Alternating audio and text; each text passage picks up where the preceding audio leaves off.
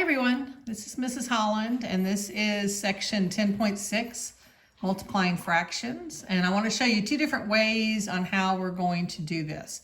We have this problem right here, 3/4 times 1/3.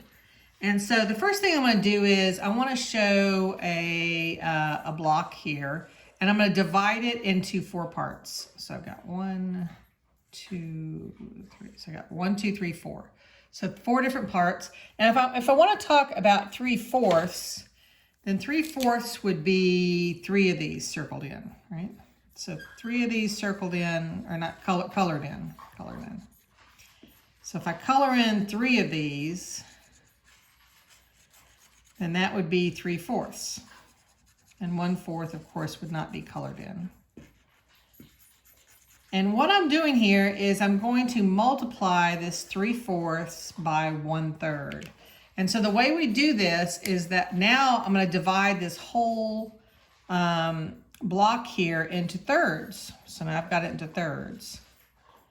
And I'm going to color in the 1/3. So let me get another color here that I can use. Let's see. Let's color it here. So 1/3 of these are going, this is going to be 1/3 is going to be colored in. It's kind of hard to see because we've got, because this is a whiteboard here. But you'll notice that the part that was colored in by both the purple and the pink was this area right here. So this area right here was colored in by both the pink, which is the 3/4, and by the 1/3. This area right in this part right here. And what you do is you count how many you have. So I have 3 of the squares are colored in out of how many squares? 1, 2, 3, 4, 5, 6, 7, 8, 9, 10, 11, 12. So 3 of the 12 squares have been colored in by both the pink and the purple.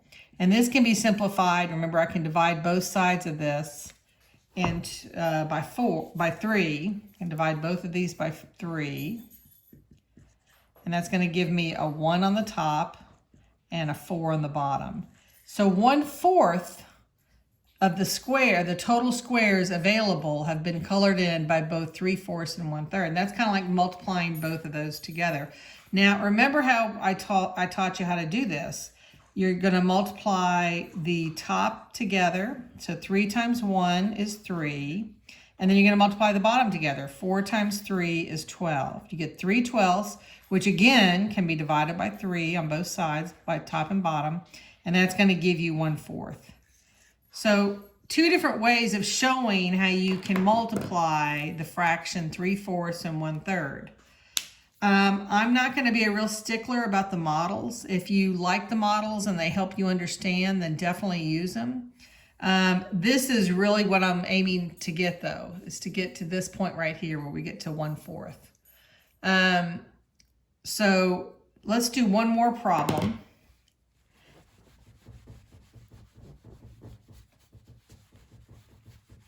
And in this problem, we're going to do 4/5 times 1/2. 4/5 times 1/2. So again, if I look at it model-wise, I'm gonna draw a rectangle here, and I'm gonna make 5 different areas. 1, 2, 3, 4, 5. No, Dally. No. And I'm going to color in 4 of the 5, and I'm a very messy colorer. Okay, then I'm going to take this whole block and I'm going to divide it in half and color in half of these. So this right here would be colored in. All this half would be colored in. And notice now that I've got 1, 2, 3, 4 of the 1, 2, 3, 4, 5, 6, 7, 8, 9, 10. 4 of the 10 blocks have been colored in by both the pink and by the black lines. And that can be simplified. I can divide both sides by 2 because these are both even numbers. I get a 2 up there, I get a 5 there. So that means that 2/5 of the is going to be the answer when I multiply 4/5 times 1/2. And we can verify that, right? Because we know that we can just take the multiplication. So we can do 4/5 times 1/2. I'm going to multiply 4 times 1, which is 4. And then I can do 5 times 2, which is 10. Again, I get 4 tenths. I'm going to divide both sides by 2, and I end up getting the answer, which is 2/5. So 4/5 times 1/2 equals to 2/5. That's my final answer. The pages that I want you to work today are pages 739 through 744. And I have directions on what I want you to upload to Shobi. So I hope this helps, and let me know if you have any problems. Thank you.